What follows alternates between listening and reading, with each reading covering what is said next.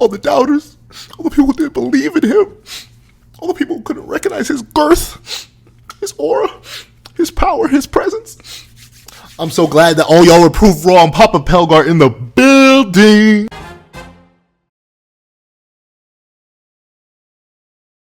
Thank you to our $5 patrons, Sinus Lancelot, Art Goon, and Praise the Sun. And a big thank you to our $25 patron, the Mr. Greed. Now, before we hop into this breakdown / review of chapter 59 of 4 Nights of the Apocalypse, please do me a favor and leave your all this on the chapter in the comment section down below. Leave a like and subscribe if you haven't already. Also, make sure that little notification bell so you don't miss out on any videos that come to the channel. Also, I do have a Patreon down below where you can support me for as low as $1 a month. Any support would be appreciated. Now, let's get into last week's poll. So last week, I ended up asking y'all a very simple question, right? How did we feel just emotionally about last week's chapter ending? Essentially, the lip smack of unbelievable why. But obviously, while I found it a little bit unbelievable, and 30% of us did, 70% of y'all actually thought it was good. And I kind of expected that, I'm not gonna lie. Like, I put that out there as a freebie, but the moment I posted, I was like, you know, a lot of people are just desensitized to it. And notably, I'm pretty desensitized to it too. Like, I read 7 Deadly Sins, I look at Bond and Link. I just don't, the thing is, it's just not my thing. I guess that's the thing. And I feel like it's not not our thing for like 30% of us, because a lot of y'all left good comments of like, well, this is just Japanese culture. You can't really determine what he wants to draw. He can draw all the stuff he wants. But of course, it's like, you already went out of your way to draw her an older design. You already have a whole bunch of minors, right? And I know in medieval times they aren't minors, they're all adults. But still, you went out of your way to draw and make your main character a whole bunch of minors. Why'd you have to make one even more of a minor? Especially when you already had an adult design for her, or at least a more adult design. Like, I don't know, I just throw my shoulders up and shrug. Like, in my mind, it wasn't necessary. And I think that's where the 30% of us were coming from. It's like, it's not like you didn't need to do it. I don't know. Like, I think Nakaba literally just did that for the shock value and to get Twitter to explode. And to be fair, it worked. It worked. And to be fair, I wasn't there. I don't actually have a Twitter. I need to work on that. But yeah, these things happen, I suppose.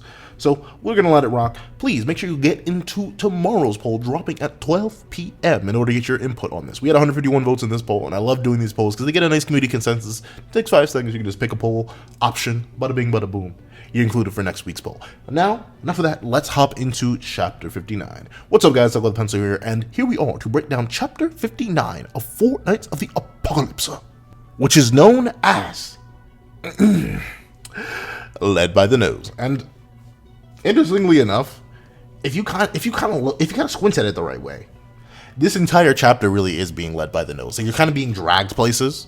And maybe that is the point. Like, I thought just because of the chapter cover page, which is Lance running after Lance, I thought that was like, oh, he's being led by the nose by Guinevere. But in actuality, it's kind of not. It's kind of not. Everyone's being led by the nose, whether it be by literally being in close proximity to someone, whether it be by catching someone doing something and they were led on to do that thing by the certain appearance of someone, and or they sense the magic power of a certain girthy boy. However, enough of that. Let's hop into the chapter itself. So we open up and we get to see that Lance is still not consenting. And notably, I don't know what editing me is going to do, because editing me is an entirely different beast than me, myself, and I. So maybe I won't even use this image, but like, she is getting in there, like deep, like unbelievable. I can't just. I take back all that I just said. But regardless, Lance is not rocking with it. Like, he has this look of shock and confusion on his face, and he grabs her by her ribs and is like, and I love, it's in Chibi, so maybe he doesn't actually. But I love how he goes from like this. Oh, actually no, he was already standing up. He's just forced into a crouch. But he literally stands up and is like, and notably, Lance is a better man than I. Like, I would have ended the series right then and there. I would have been like, whoop, like not gonna lie. What I've done? No, I'm not that bad of a person. But she probably would have been. She would have been sent to the fairy realm. And by the fairy realm, I mean the capital of the dead.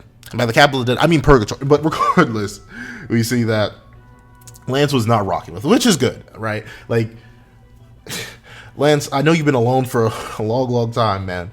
And I know you spent a lot of time as a fox.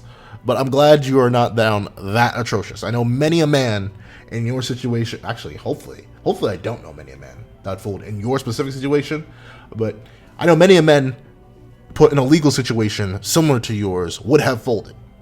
Specifically legal, because this is very illegal. But regardless of that, to see that he obviously asked, excuse me, pardon me, what? And to be fair, this is an aspect of Lance's character that I do appreciate that we're getting to see, because notably for a majority of this series up to this point, even when he was Sin, and once he's gotten back to Lance is pretty much unfallible or like unflappable. Like no one has been able to make him break his like cool, serious, mysterious Prince of the Fairy Chaos Lake magic super dude. Like no one's been able to break his calm, essentially, to the point where it's like Percival and Tristan are the two knights that are like constantly like getting emotional, having all these moments of breakdowns. And the most like we've seen Lance being playful is when he called Tristan an idiot. So obviously this is rare.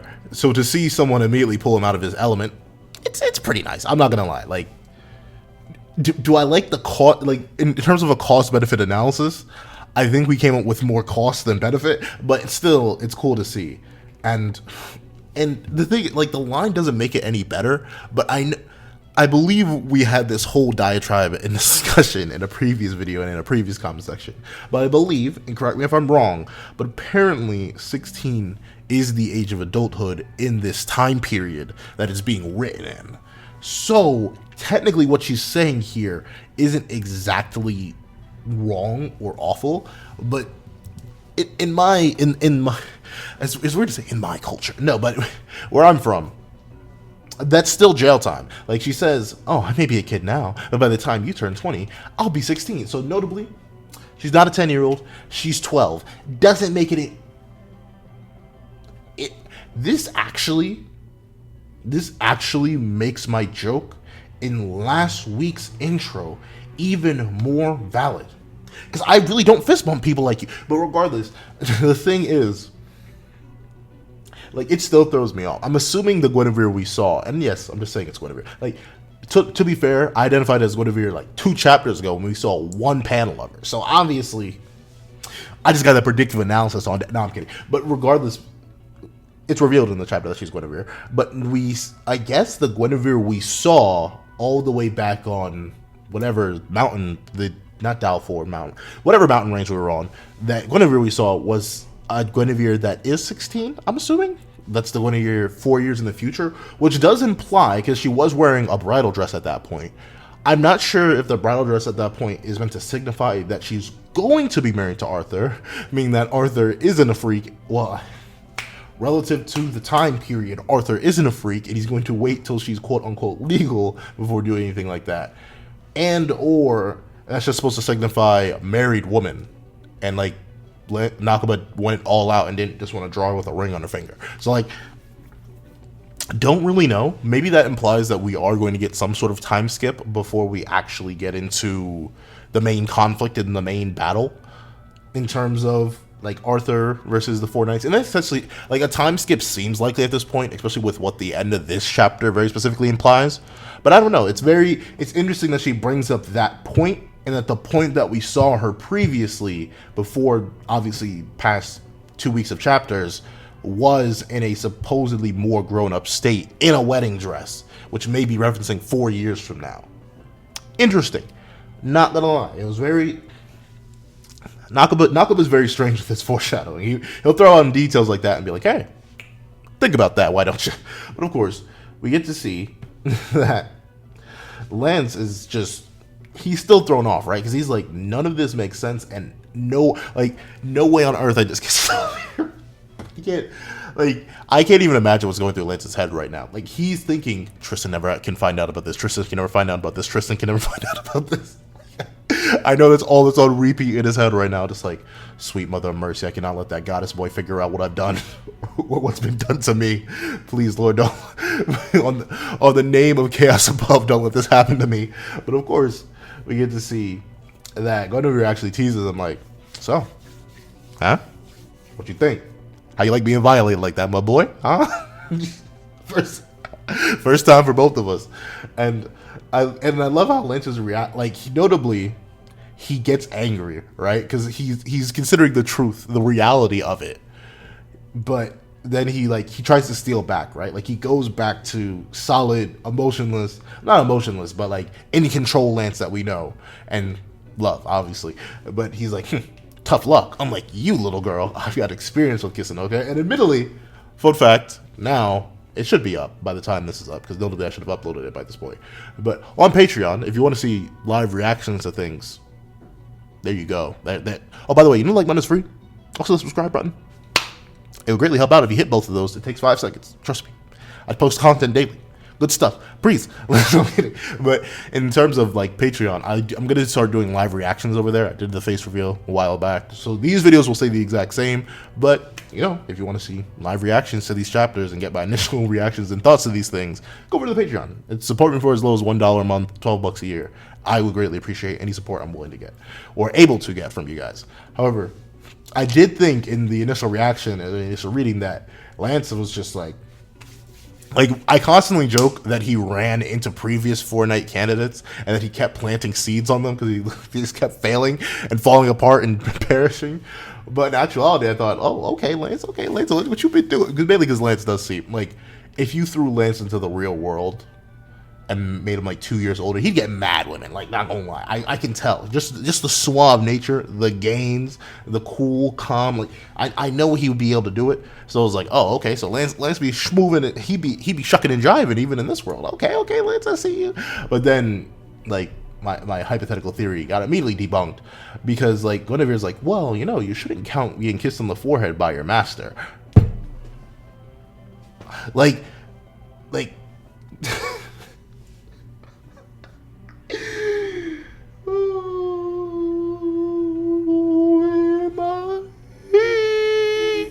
I'm sorry, I can't do it. I don't know why my voice just cut out there. But darn. I gotta drink to that. I'm drinking water. But darn. Like, she imagine getting called out, bro. First you get violated by this woman, and then she calls out your lack of experience and shows how you are just inferior. And like, notably, it'd be one thing if Lance had like the wherewithal and the cool to like eat that hit. Now that man literally gets a gallon petrified. Like, he literally gets the stone detail on him and everything. Like, legit, Manga got violated 2 times over. I feel bad for Lance. He's just on a losing streak right now. But of course, he obviously Lance is like, you gotta be reading my mind. Like there's no way you know these things. Like, you have to be some fairy of some kind to be able to like wombo combo me so well. But of course she's like, no, I don't have that power, which is, I mean, to be fair, I know whatever is strange. I'm not gonna lie. Notably though, but so many questions, right? Because initially, I'm not gonna lie, when Arthur pulled up to Ironside in like chapter 23, I was like, hey yo, Ironside, do your homeboy a solid, right? Get me a wife. I literally just thought that meant like, oh, okay, I see you, Arthur. You know, you don't get a lady of the lake kind of wife that can like complement your chaos powers. However, notably, a point that was brought up, not counter, but alongside that, I believe in that same chapter, was the idea that the reason Leonis has such a distinct advantage is because they have the vision. And vision obviously means the future, and we know the vision ended up being Bartra, who is still alive and still is coughing up prophecies here and there. However, it seems like maybe Arthur doesn't necessarily need a compliment to his chaos powers, but he just needs a compliment to his knowledge.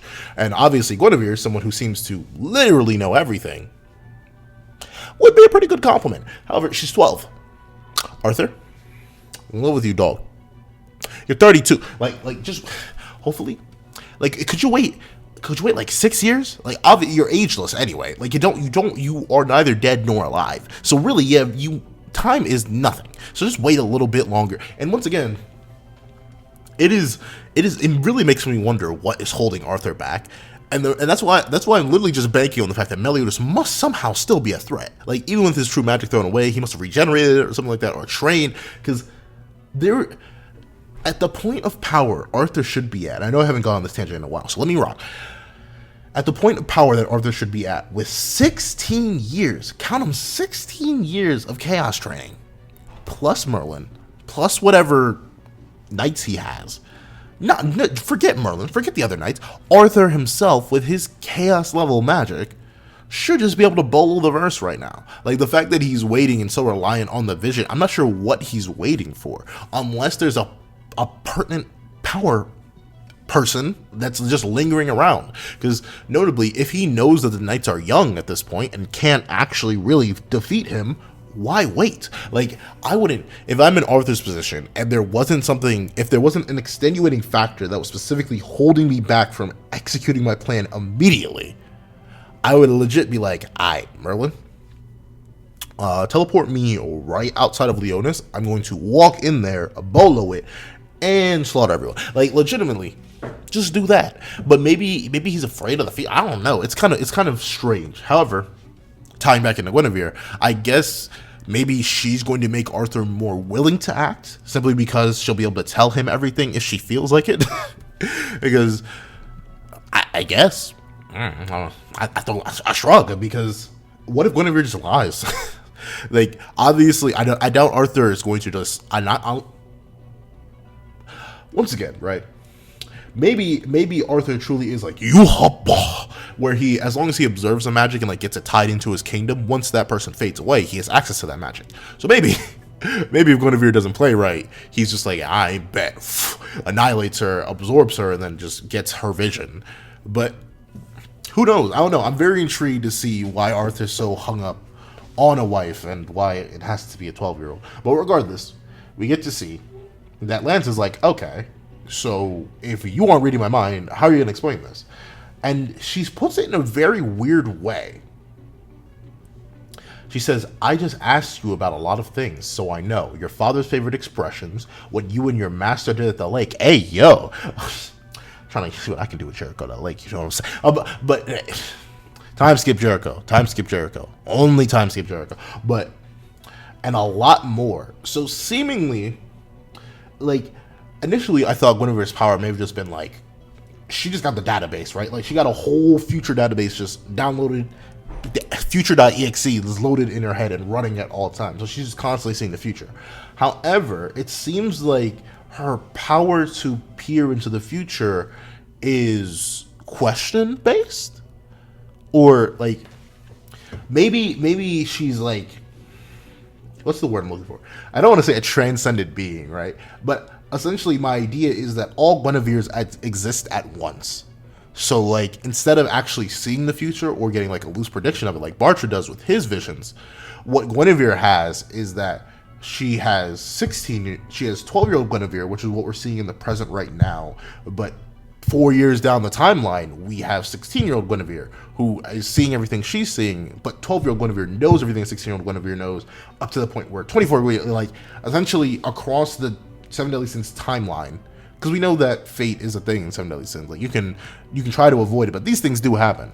So across the locked singular timeline of Seven Deadly Sins, Guinevere kind of exists all along that from the point where she was born onwards, which would explain why she knows a whole ton of things, but maybe not everything. But then again, we don't necessarily have a limit to her knowledge up to this point.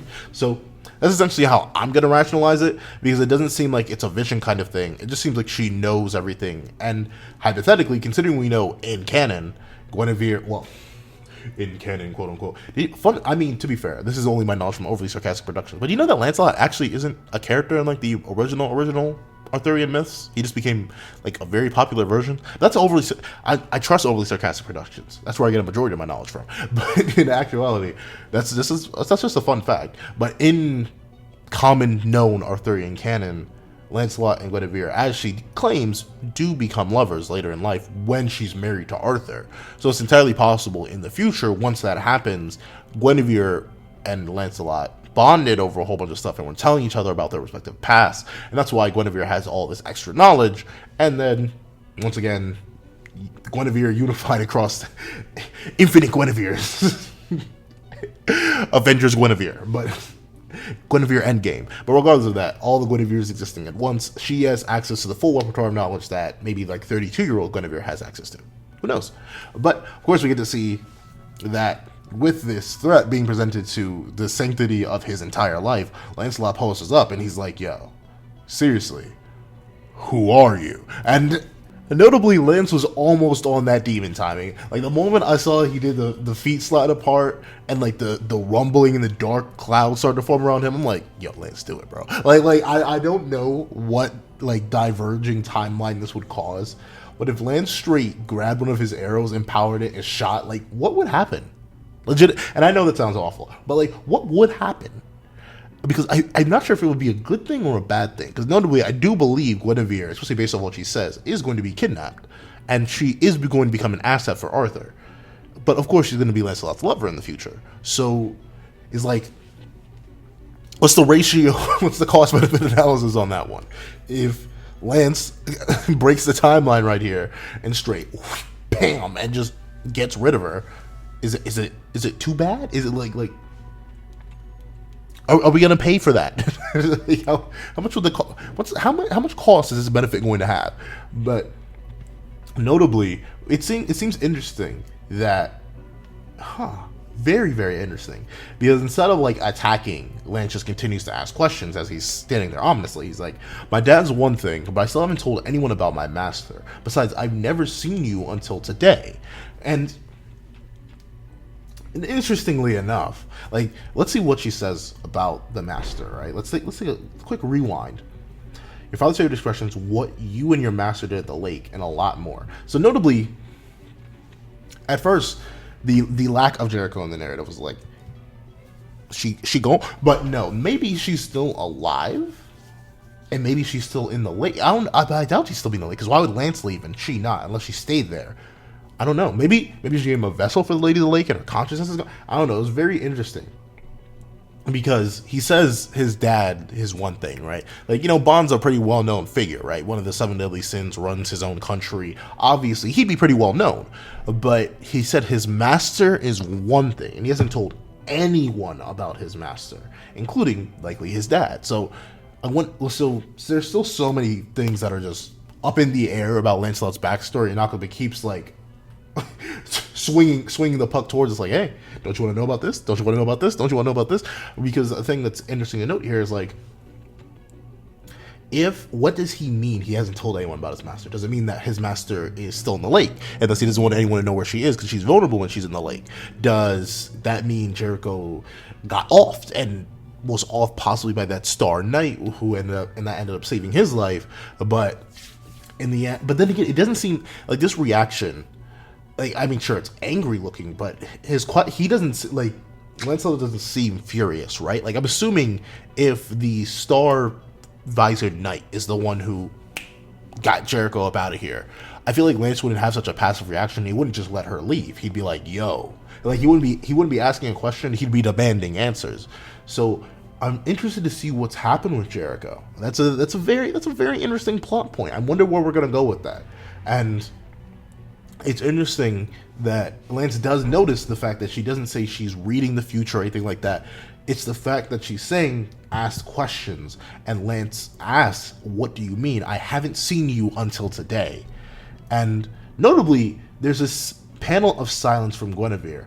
And I'm assuming this is like foreshadowing to the fact that she's going to get kidnapped or something along those lines. Because she notably says, there's a panel of silence. Then she says, of course you haven't. Today's the first time I've met you. And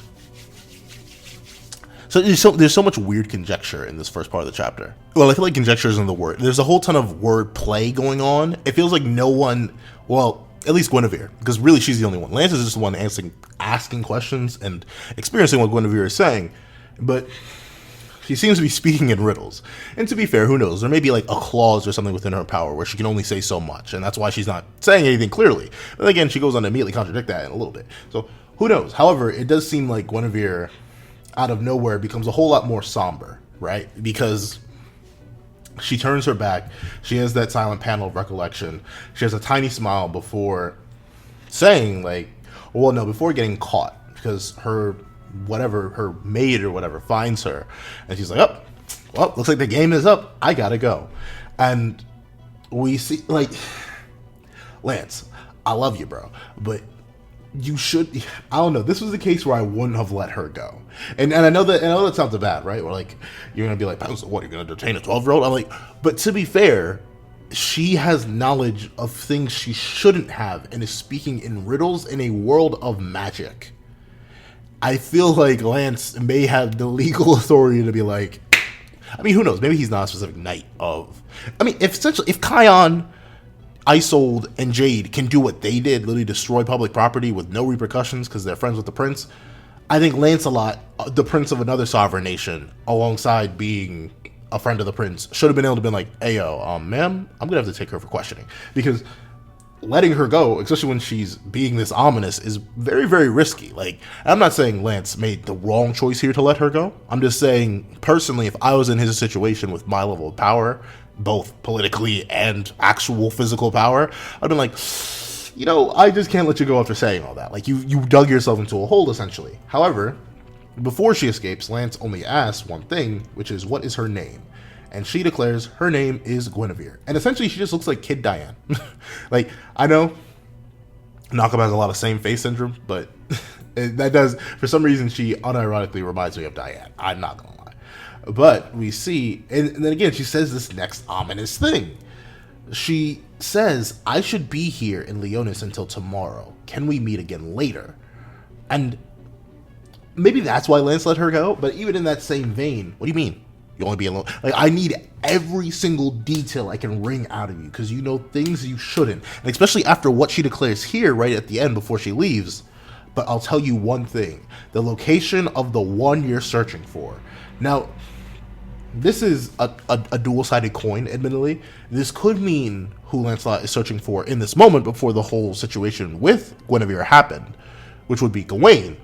Or, worse, she could be telling him the location of the Star Knight, the Starvisor Knight, and due to whatever Lancelot's conceptions about that person is, he straight up abandons them and dips to go get that guy.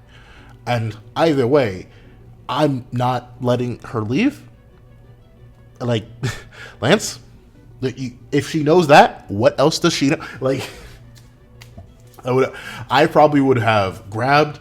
Oh no, I probably would have knocked her out, grabbed her, and been like, "Yo, Uncle Meliodas, we got things to talk about." But, however, that's where the whole beginning part of the chapter ends. So, it was a very interesting part, and admittedly, while we had to deal with some heat. And by some heat, I mean literally just like people attack. I will admit, this is a good payoff to the end of last chapter.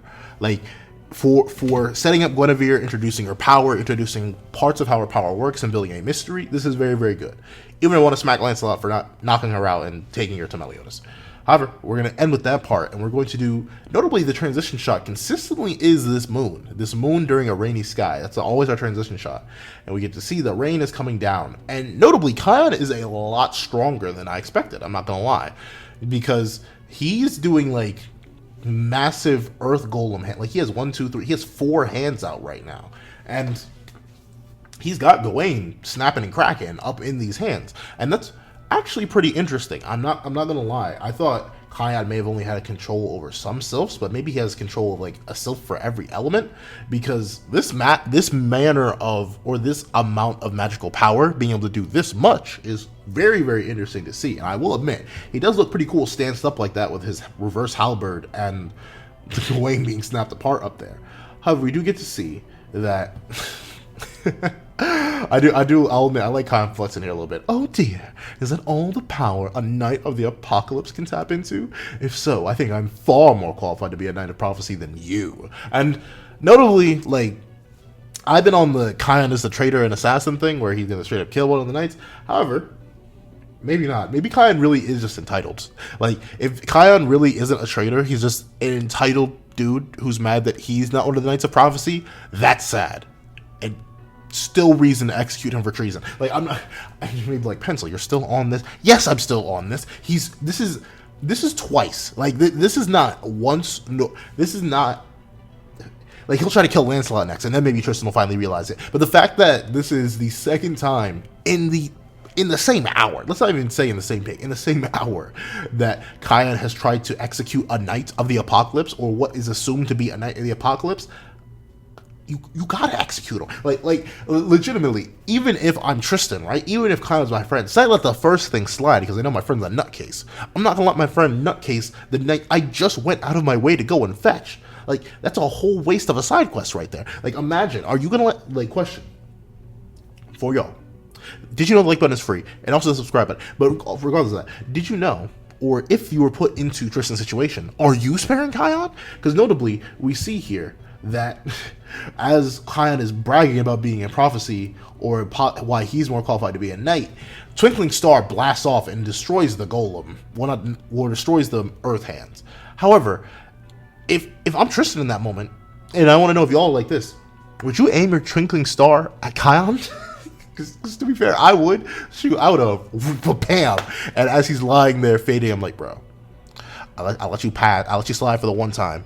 I can't let you slide for the 2 time, bro. This is not a 4 for 4. You do not get a free deal at a cheap price. You get nothing but death. But the fact that, but one, it is cool to see Tristan's dominance here, right? Because notably, despite how massive these hands are, they're like towering over Kion himself. They're tearing apart Gawain's armor. The Twinkling Star instantly, bop, and Kion he's sent flying back just by the explosion, by the shockwave, not actually even the blast itself. He's sent back, and he lands and like drags, and he ends up at Tristan's feet. And notably, he isn't, and this is interesting, he doesn't have his goddess eyes activated. I'm not sure if that's a misstep by Nakaba, the fact that he doesn't have his eyes activated, because usually, like, one, I don't think Elizabeth, did she ever turn her eyes off? I think she did. I think she did turn her eyes off. And I know the reason she had the fringe for the whole time is because her eye was always like that. So maybe she didn't. Maybe she couldn't. But interestingly enough, Tristan is manifesting his goddess powers without his eyes having the triskelions in them. Notably, Nakaba, as great as an artist as he is, he doesn't have assistants, and he does just be making mistakes like that from time to time. So maybe he's meant to have the Triskelion here, he just doesn't. But it's interesting that he's in quote-unquote human form, yet accessing his goddess magic. Like, he has the 4 wings out and everything, and he obviously just used Twinkling Star. So, interesting. And this is a very cool pose. I like how even Jade is running up like, and we have to see Kion is like, Prince, how? Like, how did you find me so quickly? And notably, we see that Percival, you know, y'all, it's gonna be like 4 years from now. I'm gonna have been reviewing Four Knights of the Apocalypse for 5 years, and we're gonna have a great time. It's gonna be amazing. We're gonna still be talking about this, and on that day, in the final chapter of Four Knights of the Apocalypse, I'm still going to slip up and call Tristan Percival and Percival Tristan. I promise you that. It's just it's gonna last forever. But of course, we get to see that Anne did snitch. So shout outs to Anne. W snitch. Because we see that apparently Anne informed Tristan of Kion's clearly abnormal behavior. Obviously the fact that he couldn't be trusted. And with that being said, Tristan did keep a closer eye on Kion than what was implied in the last chapter. So Tristan and Jade, well, Jade may be an idiot. I think he is. But Tristan isn't so much of an idiot as to just lose Kion randomly in a crowd. Essentially, he kind of used this as a test. Like, he straight up said, okay, so I know Kion's going to do something based on what Anne said.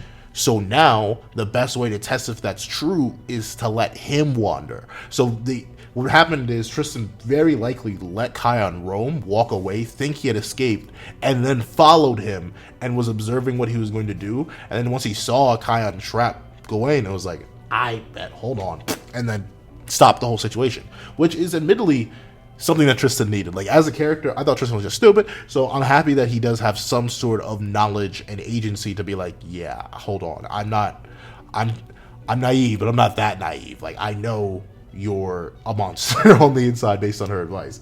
And we see that Kion was going for the Wombo combo. He has a self-activated on Gawain too, or supposedly Gawain.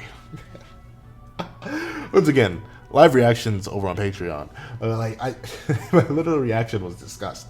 But of course, we get to see that after Kion removes the sylph from Gawain supposedly, and Jade is like, Kion, what the heck, dude?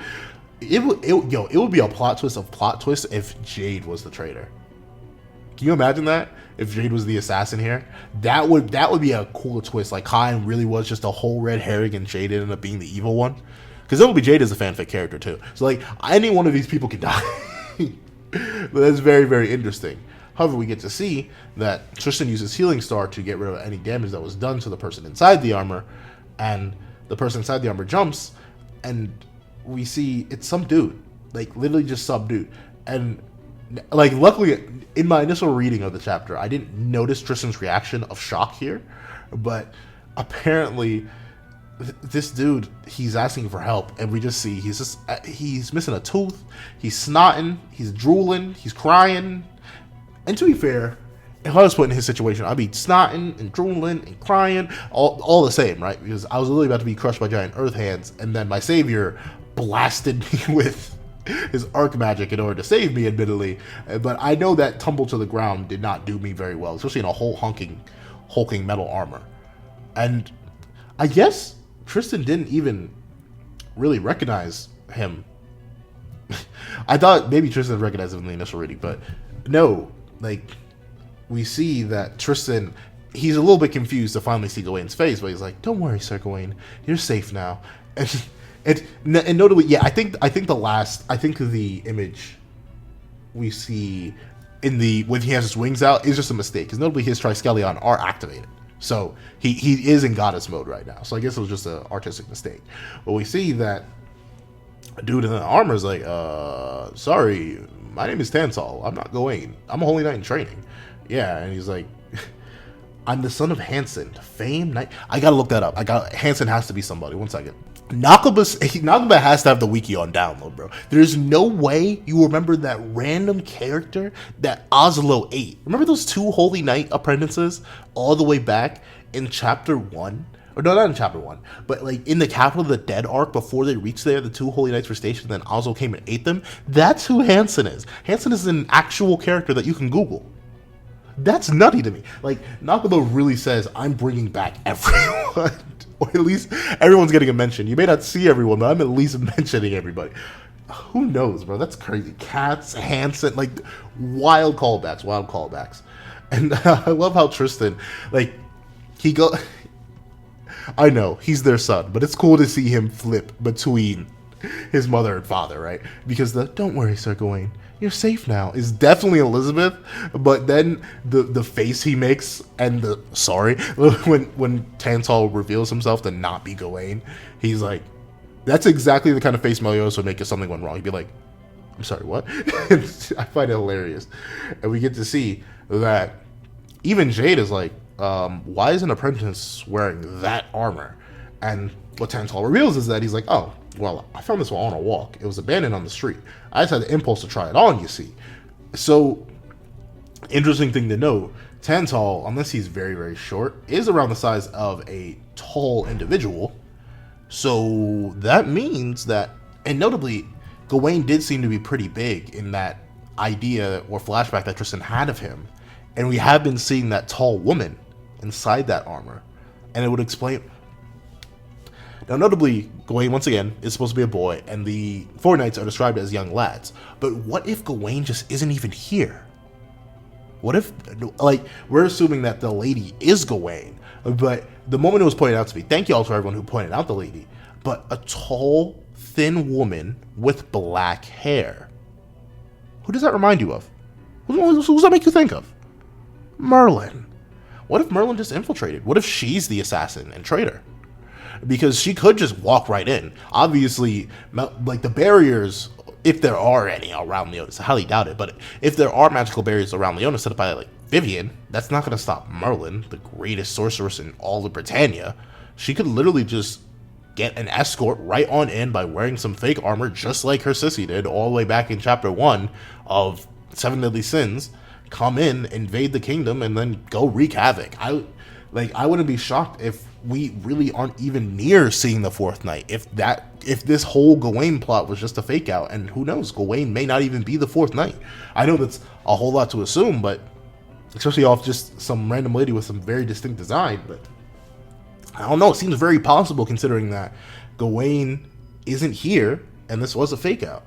So who knows if it ends up being Merlin? Because if Gawain ends up being a very tall woman, I'm fine with either. Essentially, I'm just throwing out the idea that it could be Merlin based off the fake out and stuff like that. And now we get to see that Tristan is extra worried because now he realizes the only thing he knows about Gawain, dum is now a no-sell, and that means other people are searching for Gawain with false information.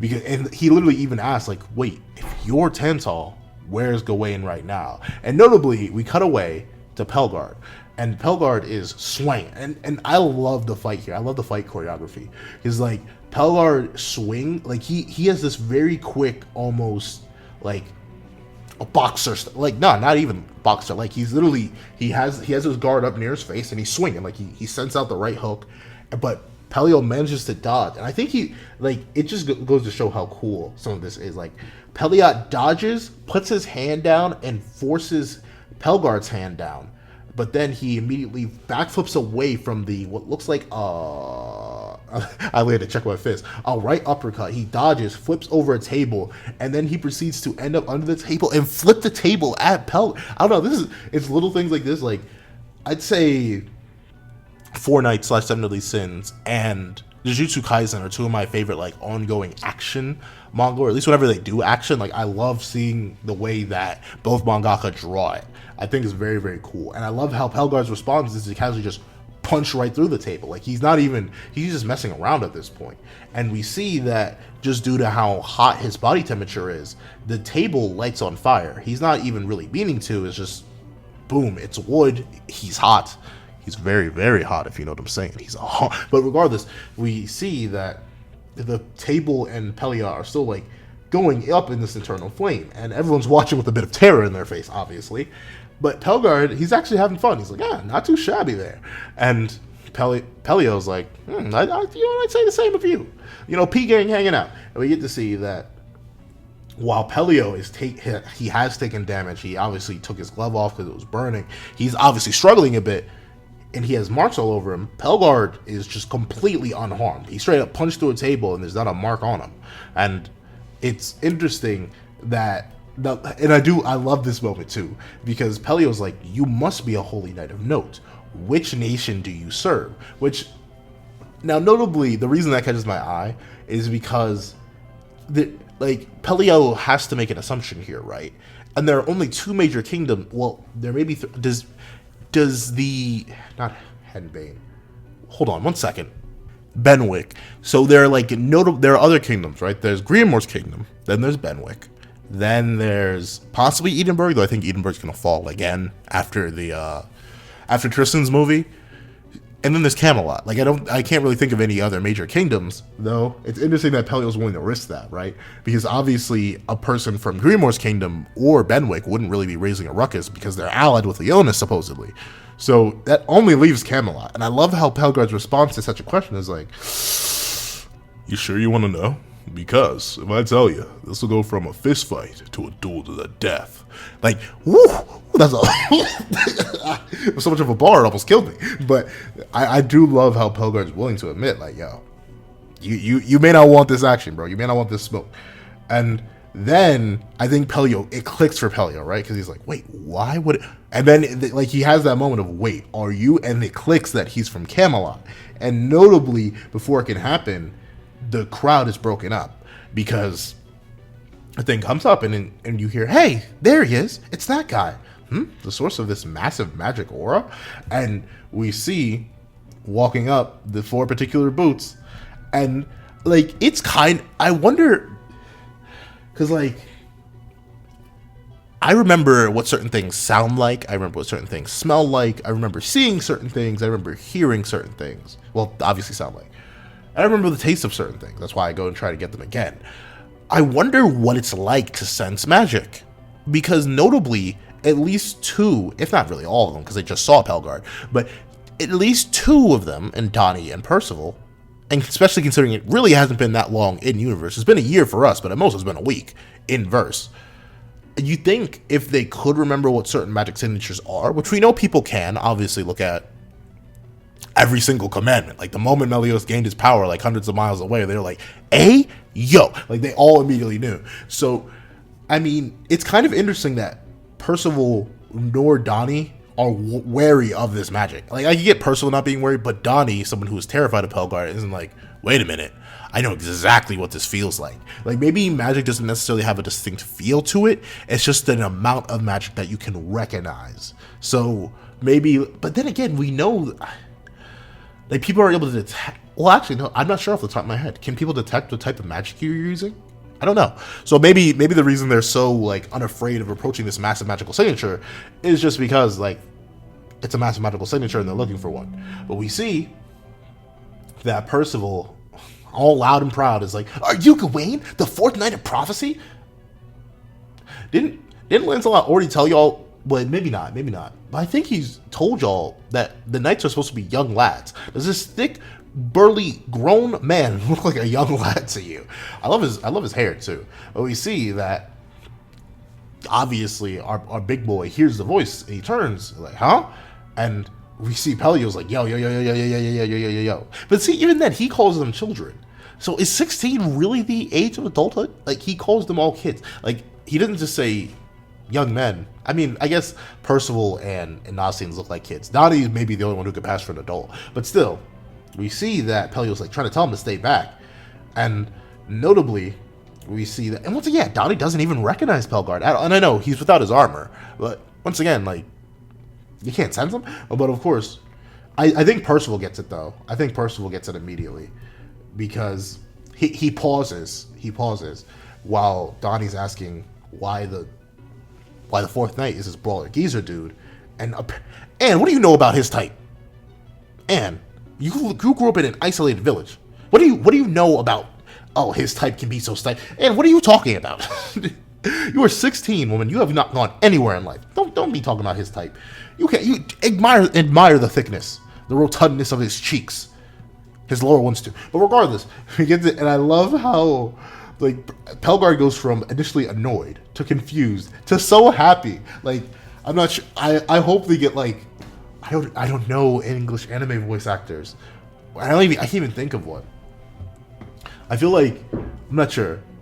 For some reason, Whitebeard is coming to mind, but I only know his Japanese voice actor. I'm not even think that would be a good fit, but I hope someone who has, like, a jovial, like, I want a grandfather to play Pellgarde. I know he's not, like, grandfather age. He may be. Who knows? Because he's been around since pre-Arm Lost Arthur. So who knows? Maybe he is grandpa age. But at the same time, I would love it if someone with, like, that sort of deep, like, I can't do it. Like, the amount of manipulation I would have to do to my voice just makes it sound like false deep. Like, I can't go as deep as I would want to for his voice, but, like, deep but with high energy. Like, well, if it ain't you, Percival, I've been waiting to see ya. But, like, that sounds way too corny. Like, someone with actual gravitas to their voice, I would love it if they voiced Pellgarde. Because he looks so happy. Look at how happy he is. And we get to see that Percival's like, for once in his life, he knows stranger danger. Like, come on. I love it.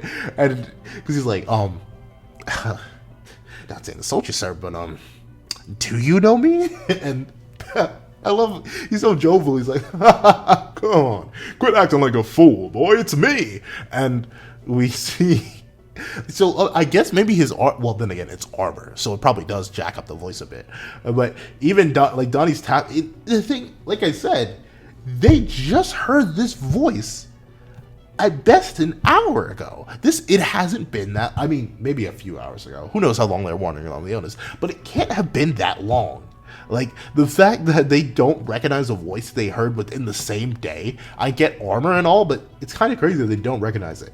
Like, Nagoba's acting, or the characters are acting, as if it's actually been a few weeks since we've seen Pellgarde and they've spoken with him, when in actuality, in verse, it's been like 3 hours. But of course, we see that Donnie's recognizing the voice, and Pellgarde goes on to he tells Percival straight up, he's like, come on now, don't tell me you've forgotten our man-to-man promise. If I beat you in battle, you'll become my apprentice. And I love how that's what gets Percival. Like, he's like, oh no, I only know one man chadly enough to challenge death, hope and despair itself. Pellgarde! Oh, I'm so happy it's him. I'm so happy. Like, and to be fair, I said the intro, like, a whole bunch of people were denying it was Pellgarde, but I remember the one comment. Well, I'm not going to put it on screen, but you know who you are. But I remember And I'm saying, there's not Pellgarde. There's no way that could be Pellgarde. But it's getting the confirmation that's Pellgarde. I love it. And I love how big he is. Like, he looks so Chadley. Like, big, massive pectoral. Like, his pectorals, his traps, his neck, it's so thick. Like, thick with a K, too. No C's. Well, all the C's. So many C's it becomes a K. Like, he's thick with two K's, gosh darn it. Like, he is massive. But obviously, Pellgarde's here, and hope is about to be snatched away. Because what I'm assuming is that we're going to get a run back, right? Because, I mean, Pellgarde's been maybe watching, but not enough. So, like, the Percival he fought all that time ago, and the Percival he's looking at right now are two very, very different individuals. Like, I know Percival's all shocked, like, oh, Pellgarde. Like, he may have a little bit of fear in his heart. He's even sweating a bit. But and obviously Pellgarde will not be holding back in the same way, I'm assuming. He's not going to be, like, just gently tapping around Percival like he was before. But at the same time, Percival, right now, in base, would probably body bag freshly awakened Percival. Like, not going to lie, he's gotten that much stronger in such a short period of time. So I think Pellgarde is going to be impressed with him. However, overall, this chapter was a W. The only hypothetical issue I would have this chapter is that this whole Gawain thing is still being dragged out, and like, I'm not saying technically you could say, well, the Lance thing was dragged out for a whole bunch of chapters if we're going to talk about things being dragged out. But like, at least we were working with Lance in a way. Sure, he was Sin, but he was still Lance. Like, let's be real, he was still Lance. So to see Pellgarde, Big Papa Pellgarde, pop up, very, very cool to see, to have a whole real genuine mystery being built up around Guinevere, her abilities and her knowledge and information. That's real cool. Seeing Lance out of his element for the first time ever, like, legitimately, that's also very, very cool. Like, this reminds me almost, like, we haven't seen Lance bent out of shape ever since, like, all the way back in his one shot when Jericho was teasing him. Like, that's how far and that's how long it's been. So that is amazing to see. Whew. Kion, possibly. I mean, it's not like I despise Kion. Obviously, he's still my favorite. Like, out of the three, I like Tristan more now because of what he did to Kion in this chapter.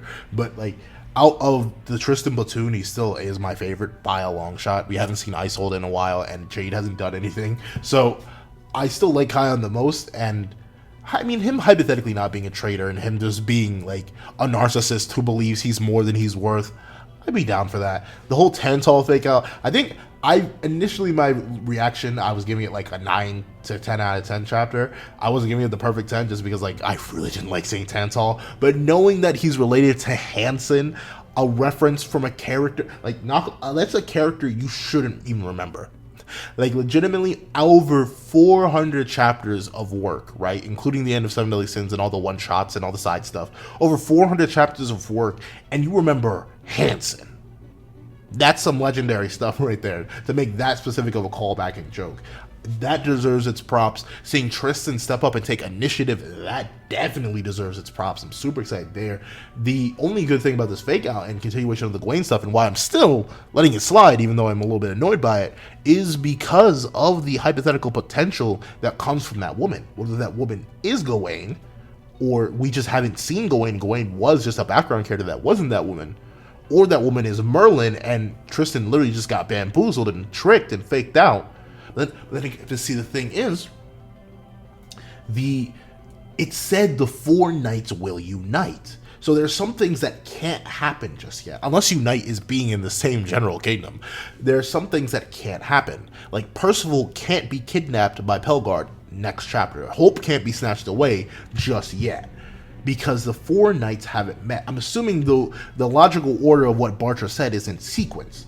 So Gawain's gonna have to be here, right? It can't be a fake out with Merlin because of that prophecy, unless Bartra's prophecy could possibly be wrong. Who knows? And that's the thing. There's so much interest and intrigue set up by these chapters that especially this chapter in comparison, like last chapter kind of fumbled the bag a bit, I'm not gonna lie. Towards the end, I was really interested, really rocking with it, then it fumbled the bag. But this chapter, it doesn't fumble, it just interests, it very much interests me. And I think that's a good thing, right? I'm very intrigued to see where the whole Guinevere plotline is going to go, especially with her supposedly leaving Leonis tomorrow or the day after tomorrow or something like that. I'm intrigued to see how the Pellgard Percival interaction is going to go next chapter. I'm intrigued to see how Pelio ties into that, considering what we know how he ties into the original series. I wonder what Meliodas is doing, just chilling in the castle waiting. I don't know. There's so many things that can happen from this point on. I can't wait to see Kion get executed for treason. Like, there's so many things that could happen, and I think that's really, really cool. I love that when it happens in any manga. So essentially a chapter that gets me to ask questions is the best chapter of all. So this chapter is a 10 out of 10 for me. However, please tell me your thoughts in the comment section down below. Thank you so much for watching. Remember to like, share, comment, and subscribe, and make sure you hit that little notification bell so you don't miss out on any videos that come to the channel. Thank you so much for watching once again, and I hope you wait.